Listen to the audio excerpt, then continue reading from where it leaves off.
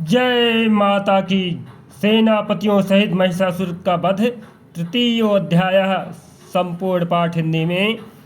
जगदम्बा के श्री अंगों की कांति उदय काल के सहस्रों सूर्यों के समान है। वह लाल रंग की रेशमी साड़ी पहने हुए हैं। उनके गले में मुंडमाला शोभा पा रही है। दोनों स्तनों पर रक्त चंदन का लेप लगा है। वह अपने कर कमलों में जप मालिका विद्या और अभय तथा वर नामक मुद्राएं धारण किए हुए हैं।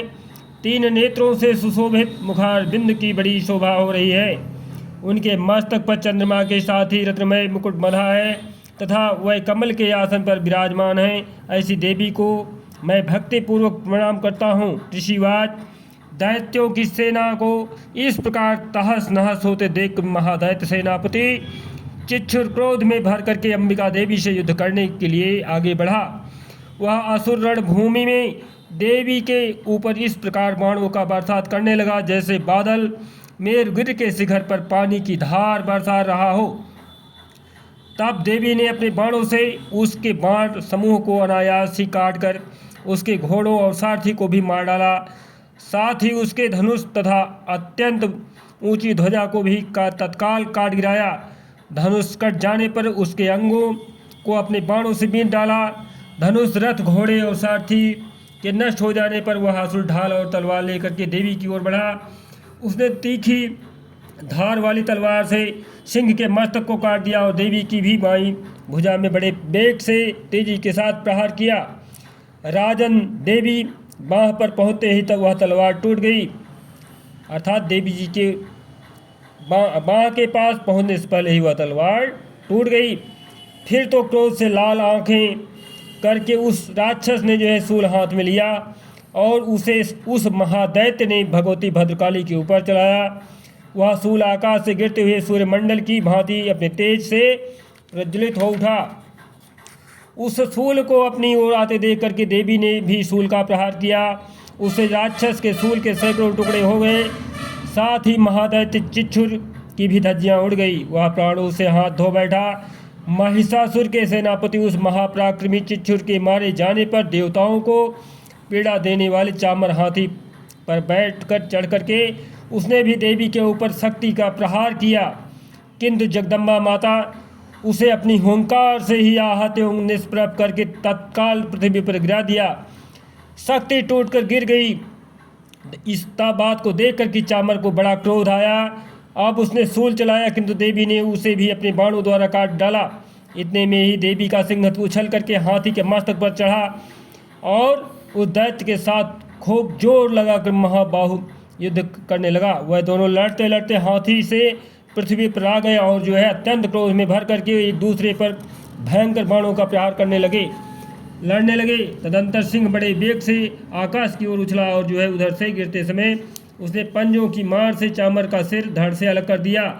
इस प्रकार उदग्र भी शिला और वृक्ष आदि की मार खा करके रणभूमि में देवी की हाथ से मारा गया तथा कराल भी दांतों, मुक्कों और थप्पड़ों की चोट से धराशायी हो गया।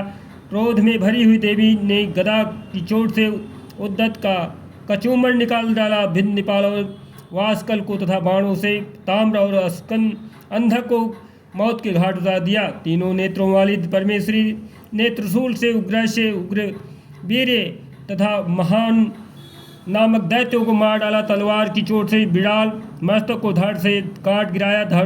दुर्धर और दुर्मुख इन दोनों को भी अपनी बाणों से माता जी ने यमलोक को पहुंचा दिया। इस प्रकार अपनी सेना का संहार होता देख महिषासुर ने भैंसे का रूप धारण करके देवी के गणों को त्रास देने लगा।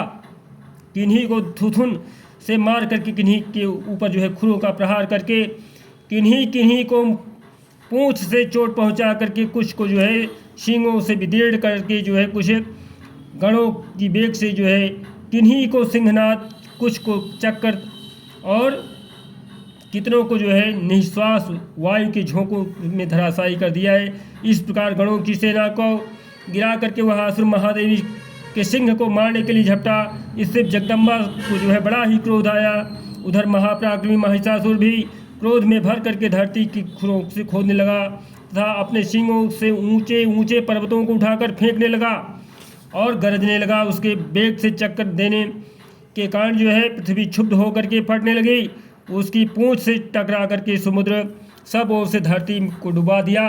हिलते हुए सिंहों के आघात से विदीर्ण होकर के बादलों के टुकड़े टुकड़े हो गए। उसके श्वास की प्रचंड वायु के वेग से उड़े हुए सैकड़ों पर्वत आकाश से गिरने लगे। इस प्रकार से जो है वह महान पराक्रमशाली दैत्य जो है उस संग्राम में बंध जाने पर भय से का रूप धारण कर लिया और तत्काल सिंह के रूप में आ गया।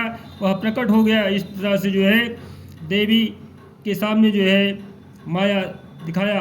तब देवी ने तुरंत ही उस बाणों की वर्षा करके ढाल और तलवार के साथ उस पुरुष को भी बींध दिया। इस प्रकार से जो है तब क्रोध में भरी हुई देवी जगन्माता चंडिका बारंबार उत्तम धन मधु का पान करने और लाल आंखें करके हंसने लगी। इस प्रकार से जो है वह दैत्य जो है महाप्रलय नादने लगा और देवी अपने बाणों के समूहों से उसके फेंके हुए पर्वतों को चूर्ण करती हुई जो है बोली। बोलते समय उनका मुख जो है मधु के मद से लाल हो रहा था और लड़खड़ा रही थी। देवी ने कहा, ओ मूढ़, मैं जब तक मधु पीती हूँ तब तक तू क्षण भर के लिए खूब गरज ले। मेरे हाथ से ही तेरी मृत्यु हो जाने पर अब शीघ्र ही देवता भी गर्जना करना शुरू कर देंगे। इस प्रकार जो है ऋषि ने कहा। यों कह करके देवी उछली और उस महादैत्य के ऊपर चढ़ गई। फिर अपने पैर से जो है दबा करके उन्होंने जो है शूल से उसके कंठ में घात किया। उनके पैर से जो है दबा होने पर महिषासुर अपने मुख से दूसरे रूप में बाहर निकलने लगा।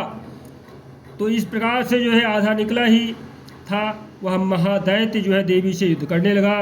तब देवी ने बहुत बड़ी तलवार से उसका मस्तक काट दिया। इस प्रकार फिर तो वह हाहाकार करती हुई दैत्यों की सारी सेना भागने लगी तथा संपूर्ण देवता प्रसन्न और मग्न हो गए।